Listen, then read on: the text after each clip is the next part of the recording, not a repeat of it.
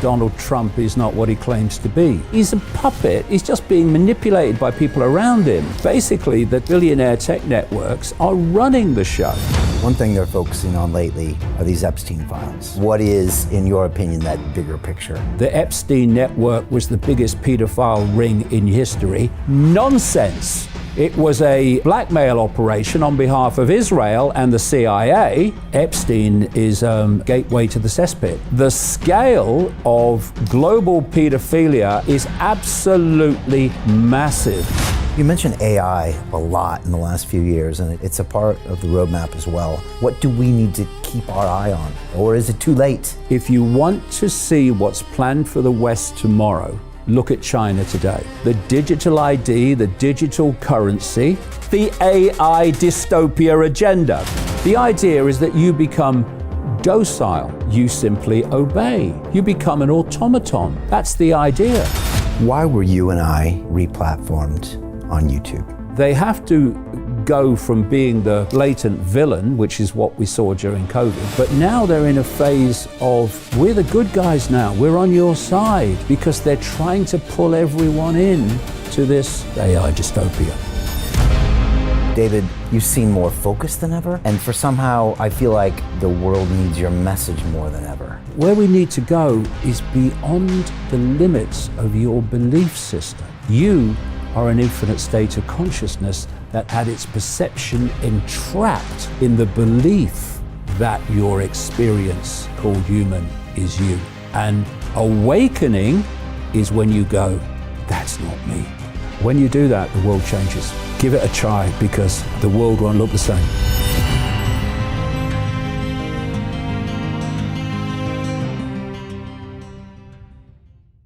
Hi, it's Brian Rose from London Real. You probably know that we've just recently been replatformed on YouTube after 25 months completely in the dark. The truth is, I really need your help. What I really need you to do is click on that subscribe button right now, like this video, and maybe even leave a comment or share the link with friends. We're really fighting against an algorithm that's tried to keep us quiet for so long. And the more subscribers we have, the more people watch our content, the better guests we can bring you, the better content, and we can continue transforming lives. We've been doing this for 14 years now. I want to do this for another 14 years, but I really need your help. So click on that subscribe button, like the video, leave a comment, share this, and we're going to continue to bring you more and more great content. Thank you. This is London Real. I am Brian Rose. My guest today is David Icke, the English author, broadcaster, and public speaker.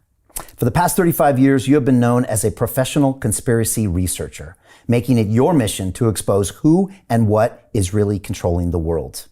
Your research into prominent political figures, influential family bloodlines, global events, and the pandemic has received widespread criticism from the mainstream media. At the same time, you have fostered a worldwide legion of fans who grow tired of the government cover-ups, big tech censorship, and global manipulation efforts that have become an increasing presence in our everyday lives. You have said that we must all come together to avert a global dystopia, and that nonviolent, non-cooperation only works through unity and respect. Your latest book, The Roadmap, Escaping the Maze of Madness, pulls together all the strands of your life's research: politics, finance, religion, the occult, the afterlife, multidimensional entities, and modern AI. David, welcome back. Thank you, mate. To London Real. As always, I need to ask everybody watching us now to please share this link to any and all of your social media platforms, chat groups, and email lists. Let me repeat that. Can everybody watching please share this link now to any and all of your channels? This is important. We must show the powers that be that you, the public, will not tolerate any more censorship, and that you demand that our voices be heard. Over 75% of our viewers come from you sharing these links peer-to-peer. So please share this now to all of your contacts and platforms. David, this is the 11th episode in our Rose Icke series, which began on March 18th, 2020, in order to make sense of the burgeoning COVID crisis and subsequent lockdowns. Rose Icke 2 was broadcast live on April 6, 2020, and was the second largest YouTube live stream in the world that day, only to be deleted and banned minutes after the episode finished. I still remember that. Unable to accept the censorship and the clear violation of our human rights, London Real went to war with every major technology platform on the planet and was soon banned or deplatformed from all of them, along with you as well, David. But we fought back. In a matter of weeks, we created the Digital Freedom Platform, and on May 3rd, 2020, with our own technology, we broadcast Rose Icke 3 to over 1 million concurrent viewers without the help of big tech. It became the largest live stream of a conversation in human history.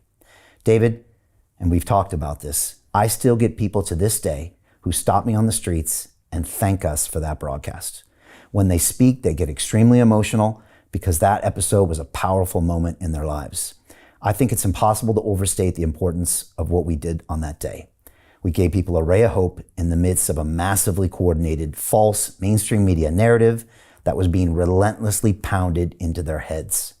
But that broadcast came with consequences. Both of us were deplatformed from YouTube and banned or shadow banned on every other tech platform. You have been banned from visiting every country in the European Union, Australia, and countless others. I find that insane. I always tell people that censorship works. They might as well put a bullet in my head because the outcome is the same. We were totally silenced. But we refused to give up. We kept fighting. You published books, you expanded your reach on iconic media, and we continued to broadcast, teach in our academy, and create documentary films. In fact, our movie, We Will Not Be Silenced, that chronicles our journey together in 2020, won over 20 global film festivals, and premiered to a raving crowd in London in 2023, as you remember.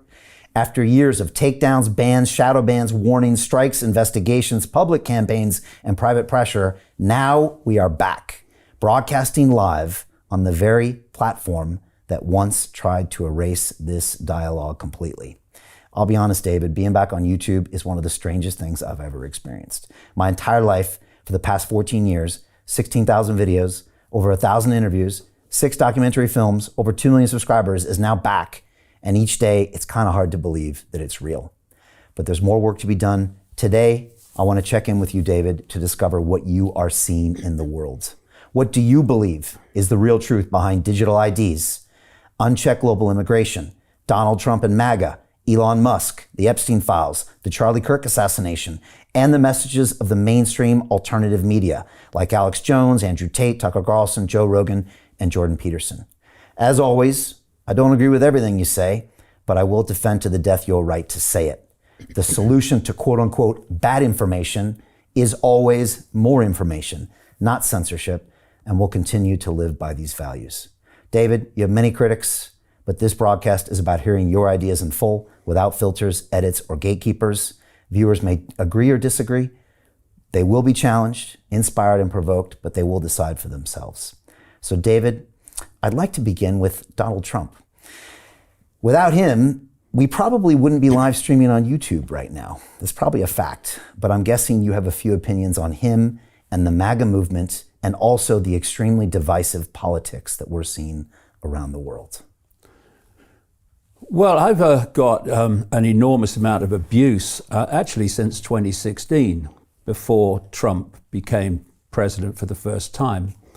When, apart from having fraud stamped to his forehead, I couldn't think of anything more obvious before me than Donald Trump is not what he claims to be. If you look at his history, which I lay out in the roadmap, he's been fundamentally part of the swamp. And in 2016, it was drain the swamp. Well, it's very difficult to drain a swamp when you're swimming in it, mate.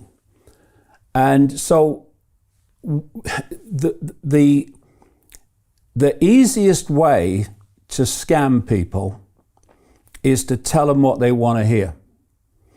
Because already the door is swinging open. Because people want what you're saying to be true. And because people also overwhelmingly, instead of looking in the mirror at the way forward, they look for someone outside of themselves to be a savior to do it for them. So along comes Donald Trump in 2016. He's telling people what they want to hear. He's telling that constituency what it wants to hear. And people are buying it. They're seeing him as the savior. And I saw him as a con man. It was like, to me, he was so transparent, it was unbelievable.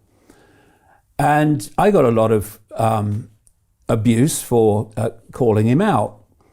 And the same in this year, 2024, the election campaign, he came in early this year. Again, the abuse was off the scale, because I was saying, this guy's a fraud. This guy is not going to do what he says he's going to do.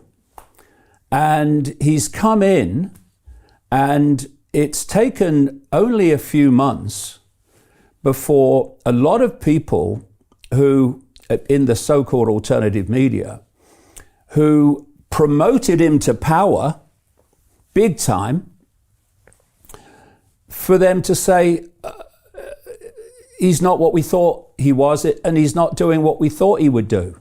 Well, hold on. Some of us saw that in 2016. What took you so long? And we're now in a situation with this central core of the alternative media that gets all the algorithmic promotion and the funding, where some of them are calling for things because Trump is saying he wants to do it, that they have spent, those that have been in the alternative media for long enough, many of them haven't, but they have been calling for things and supporting things that they have been railing against before. And the only difference is Trump says this is what should happen, so they support it. Well, hold on, either it's right or it's not. It doesn't matter whether it's Trump saying it or the left saying it. It's either the right thing to do or it's not. And it's no good saying it's not the right thing to do when the left is saying it or whatever, and then say, oh no, it's the right thing to do now because Trump's saying it. It's unbelievable to me. And, you know, if you're a journalist, especially an alternative journalist, then the one thing you must not have is a political side. Because what happens, we've seen it through this Trump era, especially through 2024, 2025, whereby they filter how they present something on the basis of whether their side is saying it or whether the other side is saying it. And so you've got people, take Alex Jones as an example, who is saying now he wants to see the feds kicking doors down, after railing against the feds kicking doors down, going way back, where there's support for, he says, for regime change in Venezuela. We might get into why Venezuela and why Greenland later as well. And supporting taking out what are almost certainly fishing boats that do not have the capacity, the fuel capacity to even get to America, that have to get refueled so many times. And a Trump regime that is killing people, not naming who they are, producing no evidence that they're running drugs. And when two people survive an attack, instead of putting them on trial in America for running drugs, they send them back to their home countries in South America. Why? Because they don't want us to know who they really are for obvious reasons.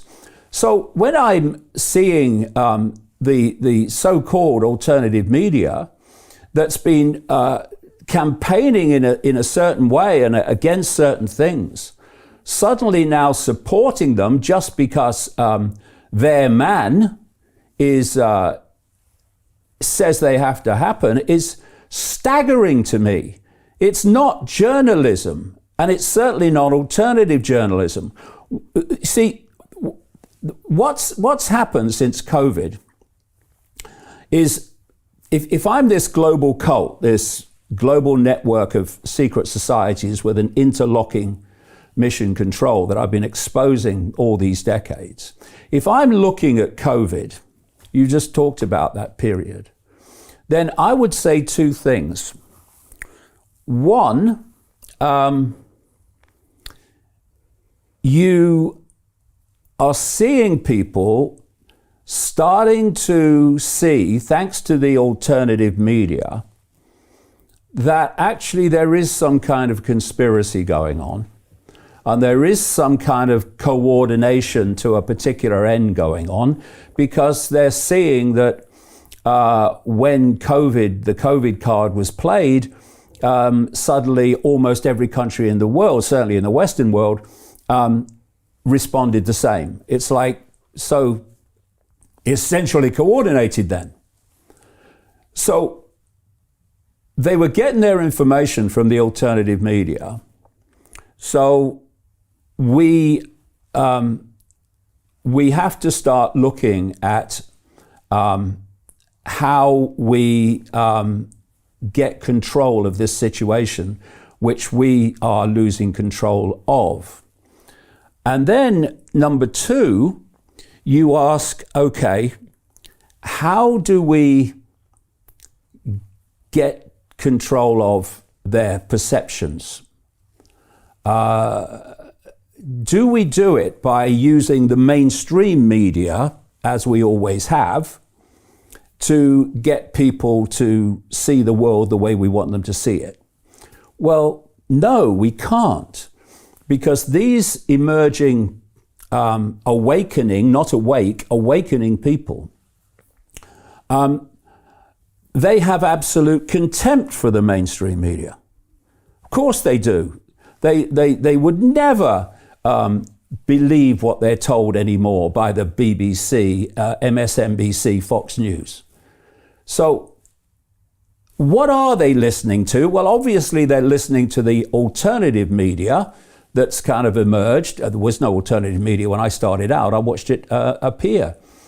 So what we have to do, they would say, and they did, we got to get control of that. We got to get control of the means through which we can get to the perceptions of those that are pushing back. And it's a constituency, a pushback constituency that's getting bigger.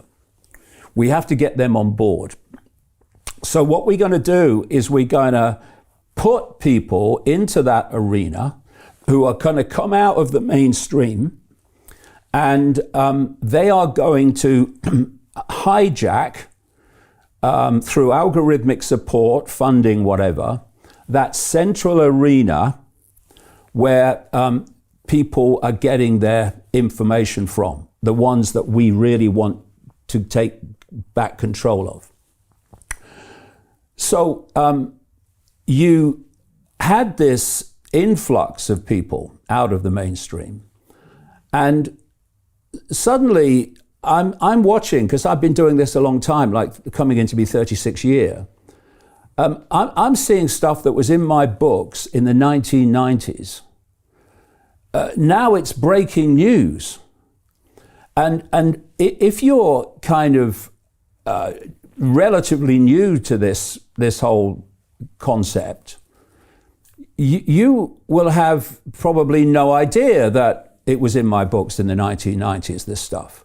So you do think it's breaking news, and you think these new stars of the alternative media are really breaking new ground, when actually they're repeating stuff that the people have been around for a long time,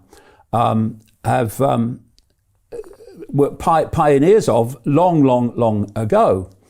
And what's happened as a result of that is that the alternative media central core has regressed.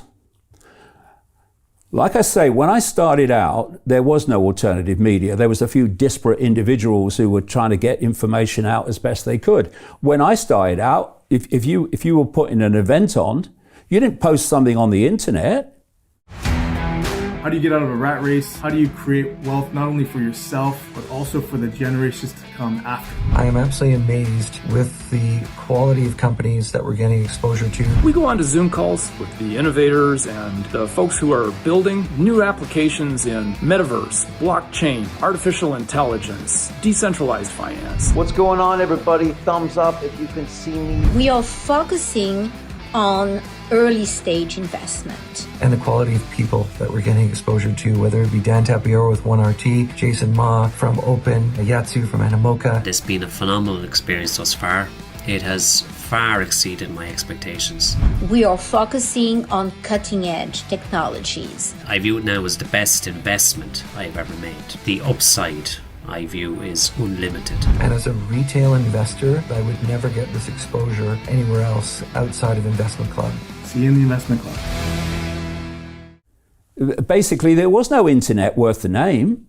You stood in the street and handed out leaflets. You know, that's where how far back it goes. But what we kind of, as the alternative media emerged, and I was delighted, more and more the merrier. There was this understanding that we live in one-party states. Actually, I would say, and I make that case in the roadmap, we live in a one-party world ultimately, but we live in one-party states because there is a force in the background. I say it's really, really much deeper in the background than people realize, but there is a force. Some people call it the deep state. The deep state is just an expression of this force. It's not the force in its original form. But there is a force that works not through one party. It doesn't work through the left or work through the right or work through the center. It works through all of them. So you have a situation where the left and the right will use different rhetoric, and they will use different excuses. But when you analyze the outcomes are basically the same. For instance, there's a common outcome now, which is the takeover of human society by artificial intelligence. This is going to take, if we continue to allow this, it's going to take human control onto a level, perceptual control, thought control, emotional response control, onto a level never before seen in known human history. And so you have, for instance, the government of the UK, currently headed by Keir Starmer, who is so called of the left, and you have the Trump government of the right, and they're both pushing the AI dystopia agenda, the AI digital dystopia agenda. And what's kind of interesting, once you fall for this delusion that the two parties are not ultimately controlled by the same force, you fall for the left-right puppet show, the left-right theater, to the point where Trump, in power of the right, uses the left as an excuse to impose tyranny and to impose censorship in many and various ways. In Britain and other countries of the same political persuasion, you have Starmer using the right as the excuse to impose censorship, tyranny, and what we've seen with the extraordinary jailing and prosecuting of people for internet posts. So here you have a wonderful example of Starmer of the left and Trump of the right, but the direction is the same. Why?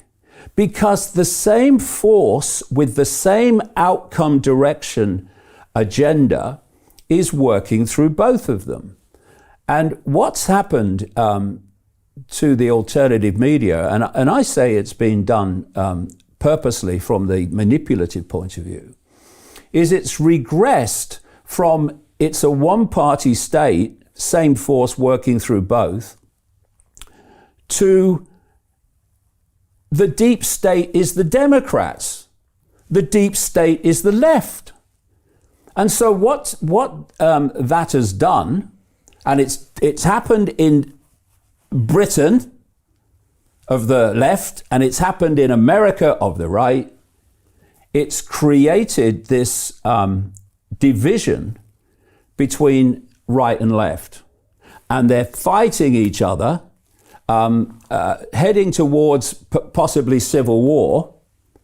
And in this country, the same is going on. And yet, if people just symbolically looked up, they'd see the same hand holding the strings of both sides.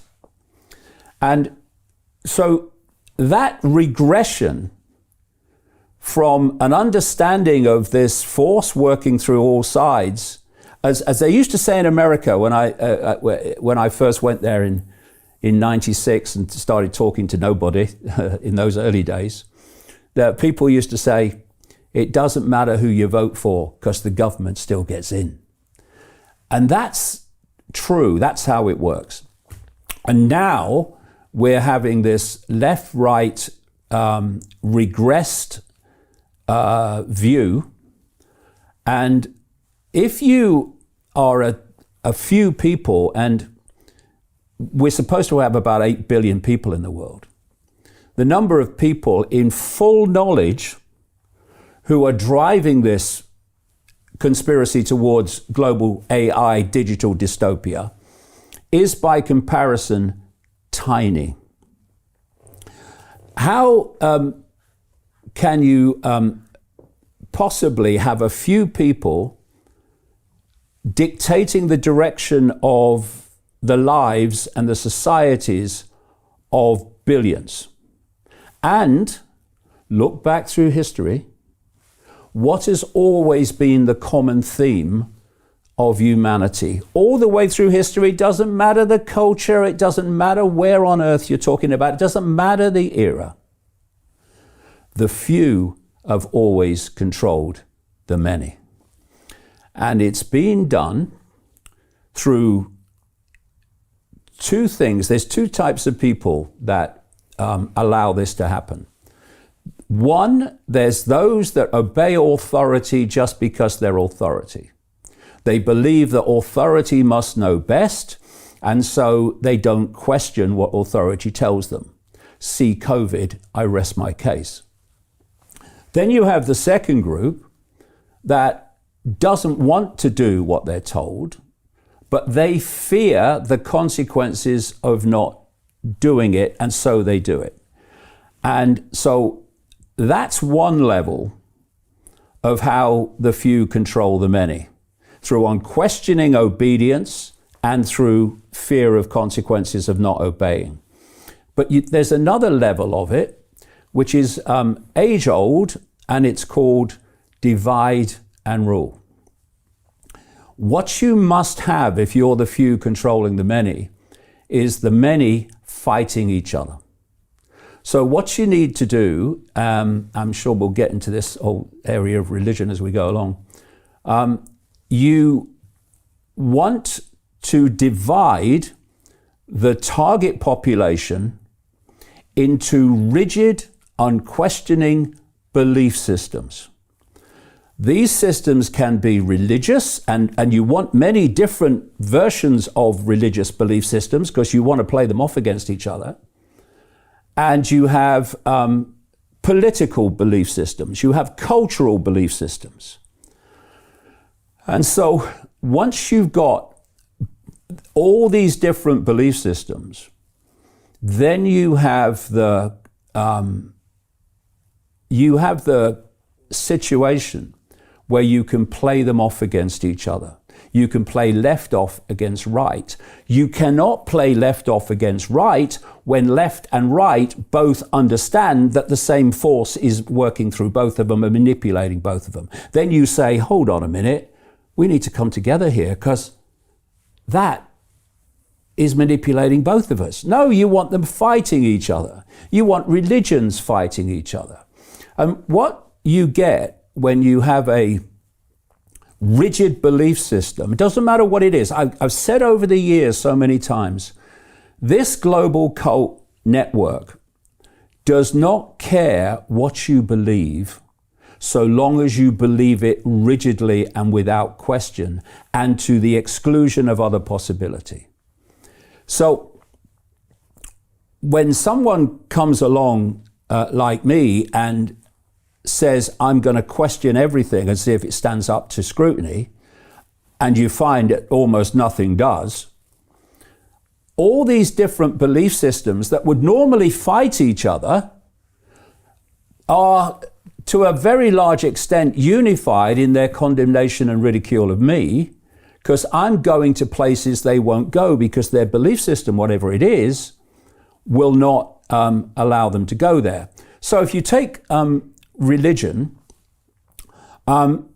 it's estimated that of the 8 billion people they say is in the world, 5.4 billion either self-identify as Christian, as Muslim, or as Hindu. Then you ask yourself, okay, where do most of these belief systems come from? They come from their upbringing and their environment when they grow up. So if you're born in India and within a Hindu family, you're almost certainly going to be a Hindu. If you're born in the Middle East, you're almost certainly going to be a Muslim. And if you're born in the southern states of America, particularly, you're almost certainly going to be a Christian. Okay, now take those people and have them born in India. Take the southern states of America Christian and have them born in India. Are they going to be a Christian? No, they're going to be a Muslim. Are they going to be a Hindu? And the same with these others. I remember a long time ago, it was about 1993, my only trip to Israel, and of course they would not let me in now. It was a bit of a struggle then, to be honest.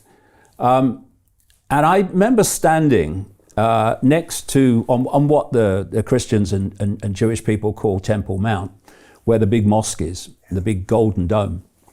And there were these Muslim kids playing football, only little kids. And I watched them for a bit. And the old city of Jerusalem, within that city wall, it's very small, but it's divided into 4 quarters. There's an Armenian quarter, a Christian quarter, a Jewish quarter, and a Muslim quarter. And it occurred to me as I was watching these kids playing football that literally in the old city of Jerusalem, if those kids had been born down the street in the Christian quarter or the Jewish quarter, at the same age, they'd have a very different view of reality, the world, themselves, and their beliefs. And so what you do, and I go into this in the roadmap at some length at one point, because it's so important. People overwhelmingly do not form their belief systems. Some do.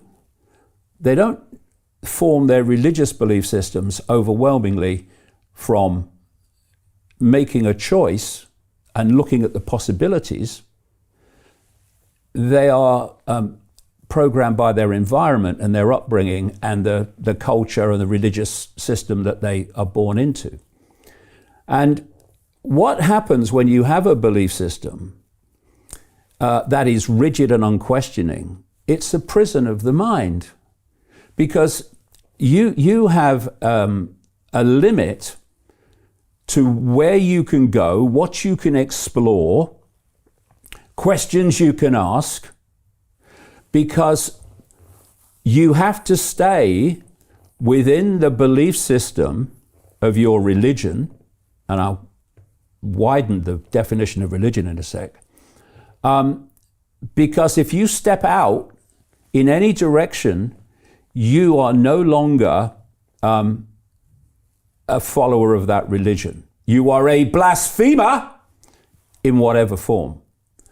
And what that does is create, and political belief systems are the same, it creates a prison of the mind, a prison cell, which you will not expand out of. So when you think that our visual capacity, what we can see, is a ridiculously, unbelievably, ridiculously narrow band of frequency called visible light. That's all we can see. It's tiny. Everything else in the space that we are currently experiencing, we can't see. And yet, from that perspective, we can come to rigid, unquestioning conclusions of what reality is, who we are, what the world is, and so on. And there is infinity beyond the myopia of unquestioned belief, waiting to be explored, waiting to be understood. But you can't go there, otherwise you're outside the parameters of your religion. And like I say, religion, as I talk about in the roadmap, religion is a mentality.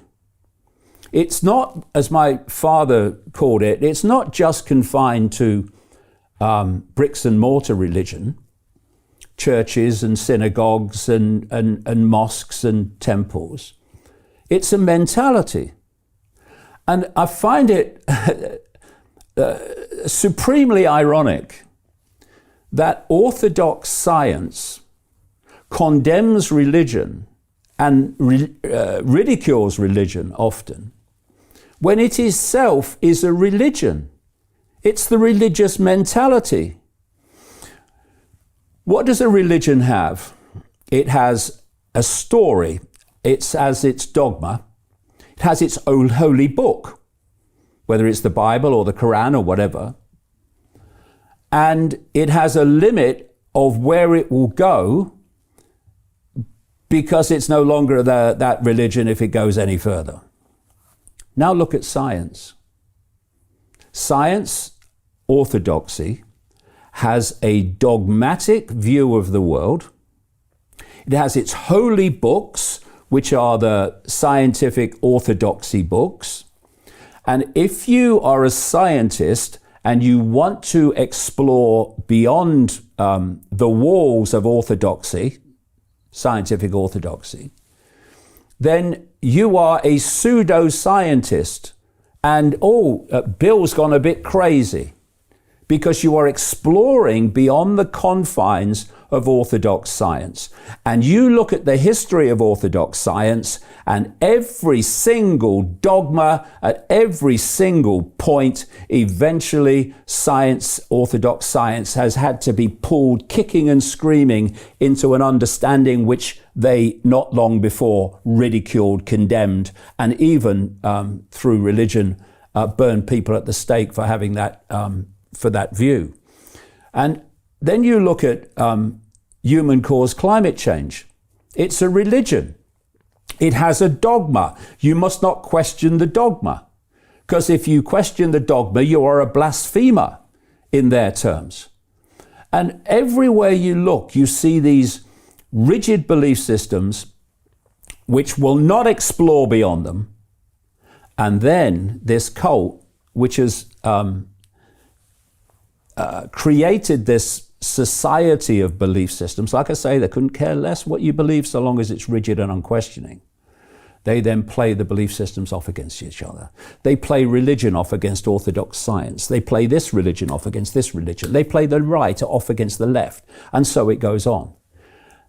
And I've been trying to get across all these years is we're all being shafted. Peter Thiel took $500,000 and turned it into $1 billion using the exact same techniques we're using inside the investment club. He met a CEO, his name was Zuckerberg. He pitched him the deal and he said, okay, I'll give you $500,000. Mark went public and sold the shares to people like you. Well, what happened to Peter? Well, he exited and got a 2,300x return. The wealthy invest in early stage companies, folks. The public markets are for suckers. It's a rigged game. By the way, this happens in crypto as well. It's called pre-sale tokens. This is Solana. Does anybody know this chain? They sold pre-sale tokens for 4 cents. And you can see the date on there, April 5th, 2018. Look at Solana today, folks. That thing's up over 1,000x. The media and Wall Street and all these hype people get you to buy the top. Meanwhile, they put their clients in at the bottom and they use you for liquidity to make their clients rich. You can play this same game. You just have to have the financial education and the deal flow. That's it. By the same force. And that force is actually ultimately coming from another dimension of reality. And if we go on not only having rigid belief systems, there's nothing wrong with having a belief. It's just like, okay, this is the way I see the world now. This is the way I see it. But I've got me spikes on, I've got me trainers on, I'm fluid, I'll go where the information takes me. Because I know, as Socrates is supposed to have said, the ancient Greek philosopher, and it's something I've always worked on, that same way of looking at the world. Wisdom is knowing how little we know. To know is to know you know nothing. That's the secret of true knowledge. And what that does is whatever you think you know, and like I say, I've worked on this principle all these decades. Whatever you think you know, the one thing you know above all else is there's always more to know. And so what happens is you get to a point and you say, okay, I think I got this. I think I know, I think I understand this level of it. But what don't I know? And so what that does, it constantly drives you deeper and deeper and deeper in the rabbit hole. Because, okay, I know this now, okay, but what don't I know? And that, I can tell you from experience, takes you way beyond Trump or Harris or Starmer or Farage or whoever. It takes you into very far out areas when you keep asking that question, okay, so what don't I know? But what these belief systems do is stop you going there. And, you know, if you are choosing to go there, and this is my experience over the last 30 odd years, then you've got to realize and not complain. You've got to realize that rigid belief systems in all their different forms are going to ridicule and abuse you when you will go where they will not go. And so I'm at peace with that. But if we look at this situation and ask, so what can we do? Well, you know, what you can do is you can look for a solution to a problem. And if you look for a solution, how many solutions, apparent claimed solutions, lead to more problems in need of more solutions? That's the round and round you go. For me, I'm not looking for solutions. I'm looking for causes. I want to know what's causing the problem, because if you remove the cause, by definition, the problem must disappear. If you're looking for a solution, you just create more problems. So what's the cause of the problem? The cause of the problem is people, and this is how the few have always controlled the many. People fall for rigid belief systems which they will not let go or explore beyond them. To continue watching the rest of the episode for free, visit our website londonreal.tv or click the link in the description below. Hi, it's Brian Rose from London Real. You probably know that we've just recently been re-platformed on YouTube after 25 months completely in the dark. The truth is, I really need your help. What I really need you to do is click on that subscribe button right now, like this video, and maybe even leave a comment or share the link with friends. We're really fighting against an algorithm that's tried to keep us quiet for so long, and the more subscribers we have, the more people watch our content, the better guests we can bring you, the better content, and we can continue transforming lives. We've been doing this for 14 years now. I want to do this for another 14 years, but I really need your help. So click on that subscribe button, like the video, leave a comment, share this, and we're going to continue to bring you more and more great content. Thank you. Most people will never see this opportunity. Dubai luxury transformation projects have historically delivered 40 to 90% annual returns. That is incredible. These were once reserved only for insiders with access. I spent 15 years on Wall Street and I learned this: the biggest returns always go to the people who get the call first. Now, you finally can. We've just received a brand new project with major upside potential. Allocations move fast. Click the link, apply now, and speak to my team. This is your chance to see what others never will.